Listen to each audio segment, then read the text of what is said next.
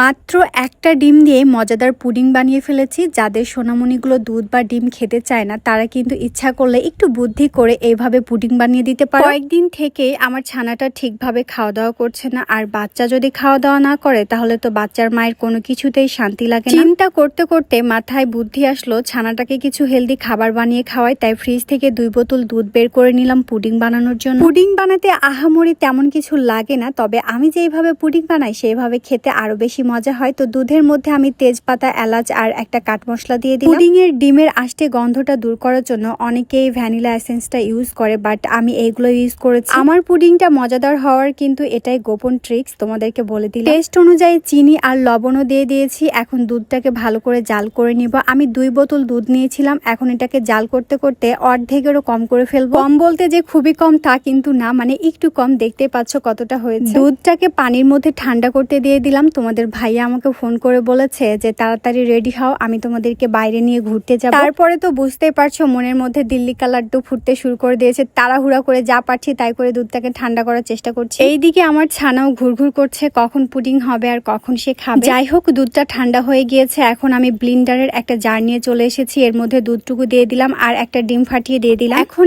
একসাথে এটাকে ব্লেন্ড করে নিলাম। আর হ্যাঁ, ব্লেন্ড করার আগে কিন্তু আমি দুধের মধ্যে যে মশলাগুলো দিয়েছিলাম সেগুলো তুলে নিয়েছি। এইবার চিনির ক্যারামেলটা বানানোর জন্য আমি 4 চামচ চিনি নিয়েছি আর 2 চামচ পানি দিয়ে দিয়েছি। অনেকেই ক্যারামেলটা পারফেক্টলি বানাতে পারে না, বানাতে গিয়ে চিনিটা গলে আবার চিনি হয়ে যায়। এই প্রবলেমের সলিউশন হচ্ছে একটাই, সেটা হলো তোমরা চিনিটাকে দেওয়ার পরে জালটা খুবই লো করে রাখবা। আর চিনিটা যতক্ষণ না গলবে ততক্ষণ কিন্তু নাড়বা না। চিনিটা গলে যাওয়ার পরে সেটাকে নাড়াচাড়া করবা, তাহলে দেখবা পারফেক্টলি ক্যারামেল হয়ে গিয়েছে। তো আমি ক্যারামেলটাকে বাটিতে ঢালার পরে দুধটাকেও ঢেলে দিলাম। একটা পাতিলের মধ্যে পানি দিয়ে দিলাম। আর আমার কাছে কোনো স্ট্যান্ড ছিল না, তাই আমি বিনা স্ট্যান্ডে পুডিং এর বাটিটা বসিয়ে দিলাম।